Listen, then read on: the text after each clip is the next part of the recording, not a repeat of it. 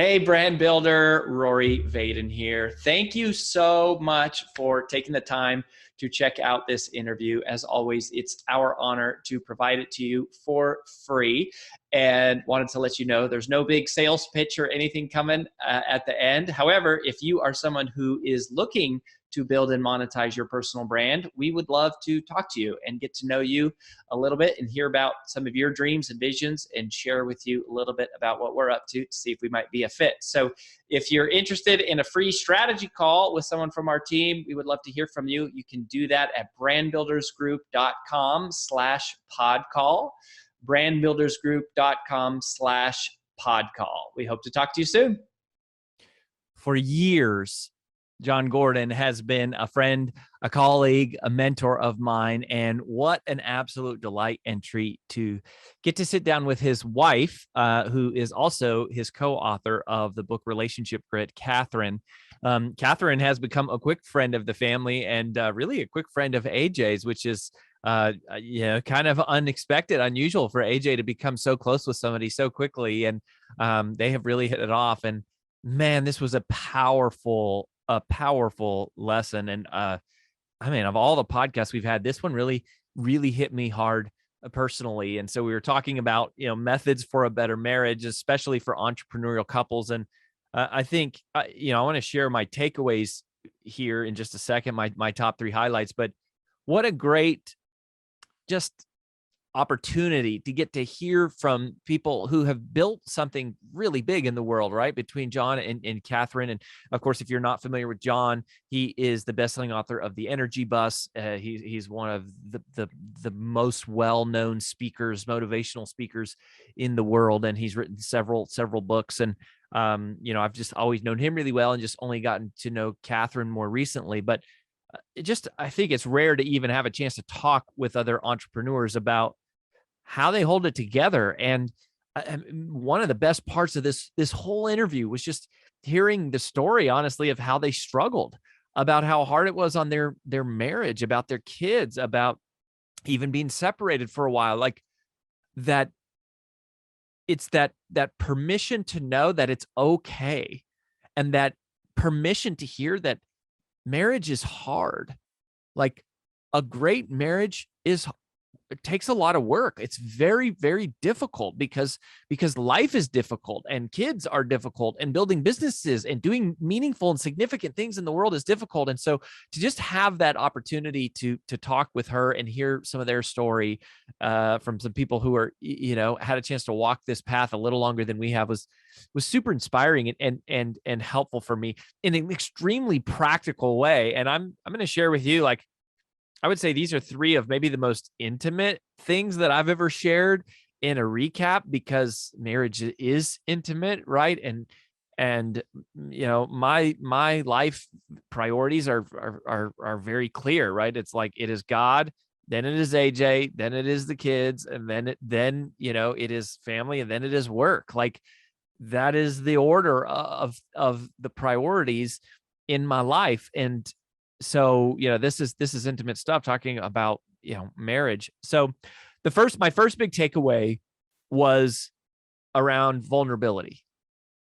Now I have to tell you, and maybe you have this response too, but when I hear the word vulnerability, like it's been thrown around so much in the last few years that there's a little bit of me that kind of wants to gag, like, oh, more like, here we go again, like vulnerability, and like, what even does that mean, vulnerability? And it's just becomes this word that people like use so much.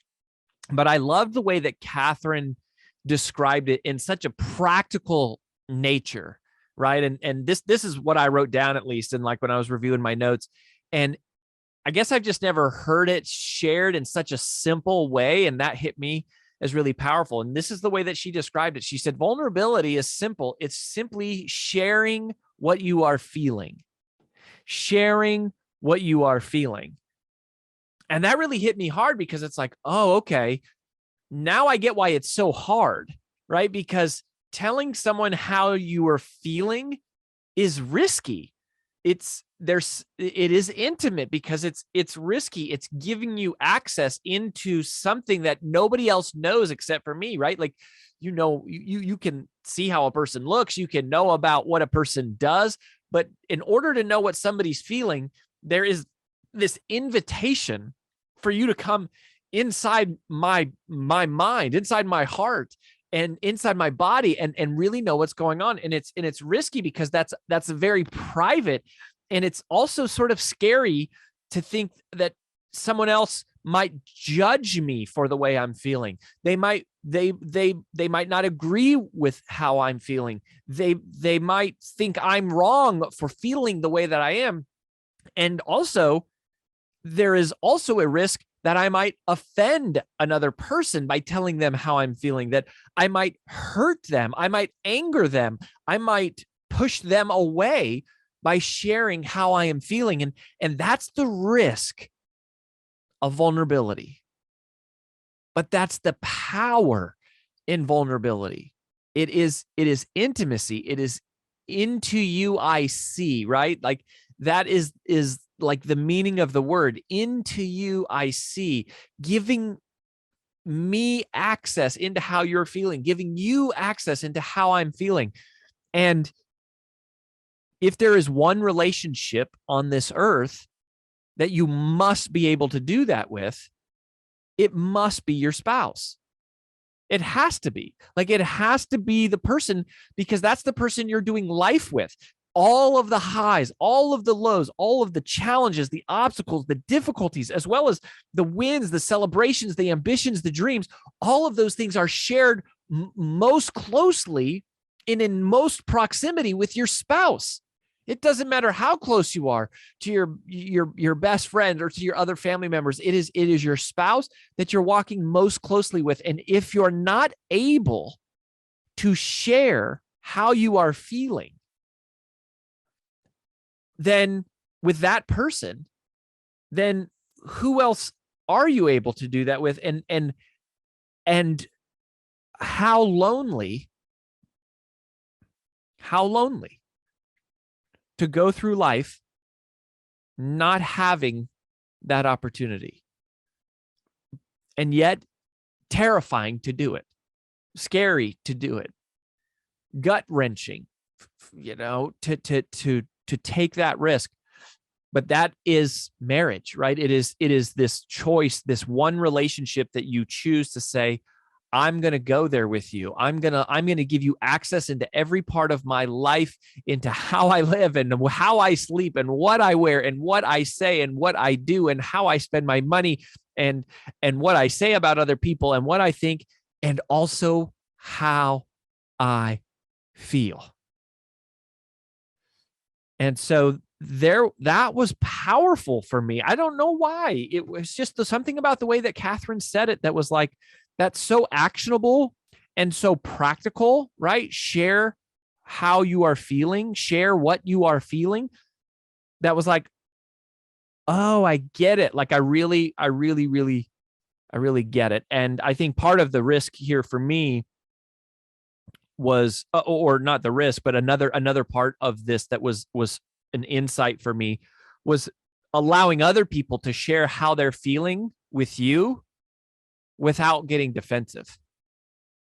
And I think if there's a place that I have failed in my marriage, it's been here.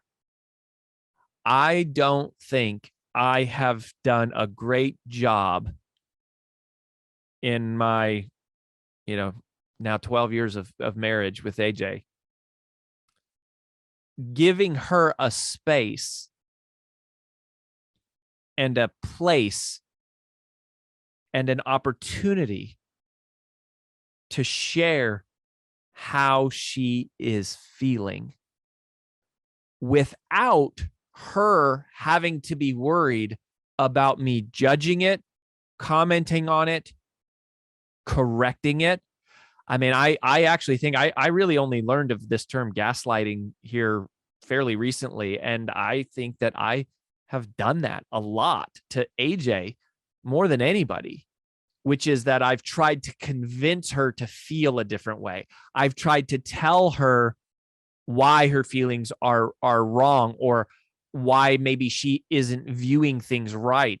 And that, I think, has probably been the single biggest gap in our marriage, right? Like that, there's many things that I do wrong, but in a real significant way, in a way that's really risky of what has caused real damage, that would be something that I would look back to and go, man, I hope my boys one day for their wives would give them a safer space to share their feelings with their wife than I have with AJ.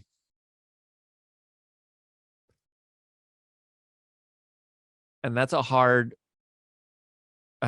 thing to admit, but also something that I'm very grateful for, that I've gotten that clarity. And I think that that's been a journey that we've been on. For some of you that have known us for years and years, who have followed us, like we went through a pretty hard time a few years ago, and I think I was trying to convince AJ about certain things that she should feel, and she turned out to be right. I was the one that was wrong. And that just makes it harder. But anyways, I think the practical point for all of us is share what we are feeling and allow someone else to share what they are feeling without judgment, without correction, without coaching, without altering. And I think the natural coach in me, I think that looking back is probably one of the things that's probably had to be most difficult for AJ, being married to me, and something I'm embarrassed about and ashamed of, and but grateful to have become aware of it here, especially in like the last couple of years. And so that was power. I mean, like that's a life-changing moment, right? Like life-changing moment. And Kathryn, just sort of sharpened that for me with a lot of clarity. So that was really huge.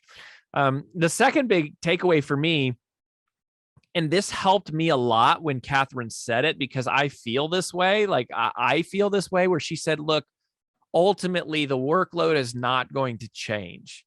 Ultimately, it falls on mom. Like mom has to figure it out, because she is the ultimate decision maker on everything related to the kids.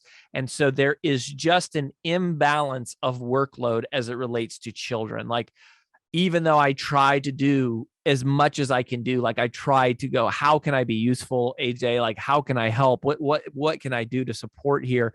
At the end of the day, there's an imbalance of the workload in raising the kids. At least it is in the Vaden household. And I don't think it's because I'm a lazy dad. I'm certainly not like an absent dad. Like, I grew up without a father for the first 10 years of my life, so I didn't have much to model, but like I'm here and I'm trying, and yet it's difficult. Like having kids has been very hard, not because there's anything wrong with our kids. They're beautiful, they're amazing, they're perfect. It's because of my own self-centeredness and not being used to having to modify every single part of my life to make an allowance for somebody else's needs to come first, right? Like marriage is one level of that. Kids is a whole nother level. And so I think, I've and then I struggle with that, being like, man, she's just carrying the workload here, and it feels unfair. And so there was something about when Kathryn was like, yeah, that is how it is. I don't know, just the way that her sort of matter-of-fact tone, it in a way gave me permission to not feel wrong and to not feel bad, which I think I was I guess deep down looking for, because it was just like, no, that is how it is. And then yet going, and then what is my role? Like, then what can I do? And this is what she said. And I have to tell you, like, it's this for the last several weeks, I have been thinking about this on a regular basis. Is Kathryn said, again, so practical, like so profound, but so practical. She said, Rory, if you go back and listen to the interview, she said, if there's one thing you can do, just acknowledge to AJ, for AJ, how hard it is. And I was like, oh man, that's so good. That's so simple. That's so doable. And why haven't I done a better job of that? Right. Like, I think, my default is to be defensive, is to go, well, yeah, you're doing all this, but I'm also doing this. Right. And I am. And it's like very difficult for me. Like, I'm going like, I'm over here dying to myself. And that's been a difficult journey for me, especially somebody who's like this self-motivated, independent, ambitious achiever my whole life. Like pre-marriage, it was just like, I just ran a sprint, and then, marriage was like, oh, okay. Like but now it was more like I had a partner, and then kids came and it was like, whoa, like this yanked my whole universe. But, I tend to be more of like, well, yeah, but I'm doing this, and yeah, but I'm doing that. And for Kathryn to just so clearly and so simply say, just acknowledge for AJ how hard it is. That has been so helpful for me and so practical. And frankly, it's been transformational for our marriage in a matter of a few weeks. So both kind of acknowledging that, receiving that, being okay with it, not making myself wrong for it, and not feeling like I have to justify the imbalance, but just acknowledge the imbalance. What a release of pressure from me. And apparently, exactly, Kathryn is exactly right. I feel like I should send Kathryn a check for some marriage counseling, because that's what I got. Like, on this episode, like, if you didn't listen to this interview, like, if you're struggling in your marriage at all, or if you ever have, or someone who is, which we all do, like, listen to this episode, and then just acknowledge how hard it is. And I think that extends beyond marriage and beyond parenting, right? Specifically, this is like a parenting piece of the conversation, but like, what a gift to anyone in their life to just acknowledge how hard it is. Acknowledge how hard it is. Acknowledge how difficult it is, or what they're going through. Like, take a second to go, I see you. I support you. I am aware of what you're doing. And I just want to let you know that I see you. And I think so many people just want to be seen. They just want to go, man, does this matter? Is anyone even noticing? And what a simple, practical thing to be able to do, to acknowledge how difficult this is. Honestly, I think that's one of the biggest things that our members, the people who become members at Brand Builders Group, we have now almost 400 of them, right? And we see them, several of them every month at our events and, and the virtual trainings and stuff, is like, they get behind the scenes, and we're showing them behind the scenes of how we do things and all these things we learn with all the personal brands we work with and all this stuff. And they go, oh man, this is hard. Like, it's not easy. It's so difficult, but there is a system and there is a process. So who in your life can you do this for today? Who in your life can you acknowledge and just say, hey, you're carrying a ton.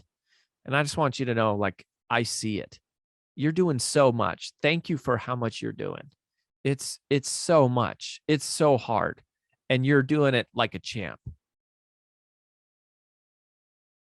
My guess is there's somebody in your life you need to say that to, right? Maybe yourself,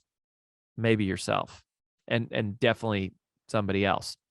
And then the third part of this, when Kathryn was sharing the story about them being separated, which I was like, kind of shocked that she's just, here she is just sort of openly telling, it's like, between me and you, Kathryn, and, a few million podcast listeners, like, just her willingness to share, when they struggled in their marriage, right? Like, here you've got one of the most prolific writers, one of the most prolific speakers in the world, talks about positivity as one of the best-selling books of all time, and going like, yeah, we struggled in our own home with this. And she was so open about that, which just gave me permission to just chill out a little bit and find peace. And then she said, it all changed when we said, God, we invite you into our marriage. We invite you into our family.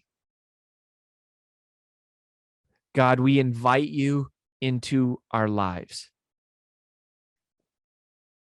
And I don't know where you're at on your spiritual journey or what you think and all that, right? Like, I'm not a pastor, but is there a place in your life right now that you might need to invite God into. And here's the hint. It's the place where everything's fallen apart. It's the place where you've tried everything and nothing works. It's the place where you're most frustrated. You have the most despair. You are the most exhausted, the most discouraged, the most beat up, the most beat down, the closest to giving up. Where in your life are you the closest to giving up? Where in your life are you ready to throw in the towel? Are you ready to quit? Are you at the end of your rope? Are you struggling? Are you mad? Are you frustrated? Are you sad? Like, where in your life is that? That is where you want to invite God into. And look, there's a whole lot of discussion around, historical accuracy and evidence for God. But I'm telling you, in my life, clearly in Kathryn's life, in the life of the people that I know the best, the proof of God is to invite God into your darkest moments. Invite God into your darkest places. Invite God into your deepest struggles. Invite God into your greatest concerns. Invite God into your greatest worries. Invite God in. Invite him in. Invite him. And look, if you're really struggling spiritually and you go, I don't even know if there is a God. I've been there. I've been there many times. Here's the good thing about God. God's not afraid of being questioned. God's not afraid of being challenged. That doesn't intimidate God whatsoever. And I would say, invite him in and see if he shows up. Invite him in and see if you feel his presence. Invite him in and see if something happens. Invite him in and see if something changes. But if you're struggling, if you're defeated, if you're wounded, if you're hurt, if you're angry, if you're sad, if you are experiencing sorrow, if you're feeling lost and you don't invite him in, you're on your own. Not because of him, because of you. Because that's a choice that you're making with your life. That's not his decision. That's yours. So if you're not sure if he's there, ask him, invite him, and see if he shows up. And I will tell you, he never has not for me. He never has not for AJ. He never has not for many of the people that I love most dearly in my life, that I have the most intimate relationships with, that I know the best personally. He often shows up in ways that are different than we expect, but he never doesn't show up, but you have to invite him in. He doesn't just come breaking down the walls. You have to invite him in. There is no obedience otherwise. There is no demonstration of faith otherwise, right? If he just forces himself upon you, then there's not belief, there's not relationship, right? You have to invite him in. So where in your life do you need to do these things? Who in your life do you need to share what you're feeling with? Who in your life do you have to acknowledge and speak and see and tell them that you see how hard it is, that what they're going through? And where in your life do you need to invite God in? That's it for this week's edition of the Influential Personal Brand Podcast. I love you. We'll catch you next time. Bye-bye.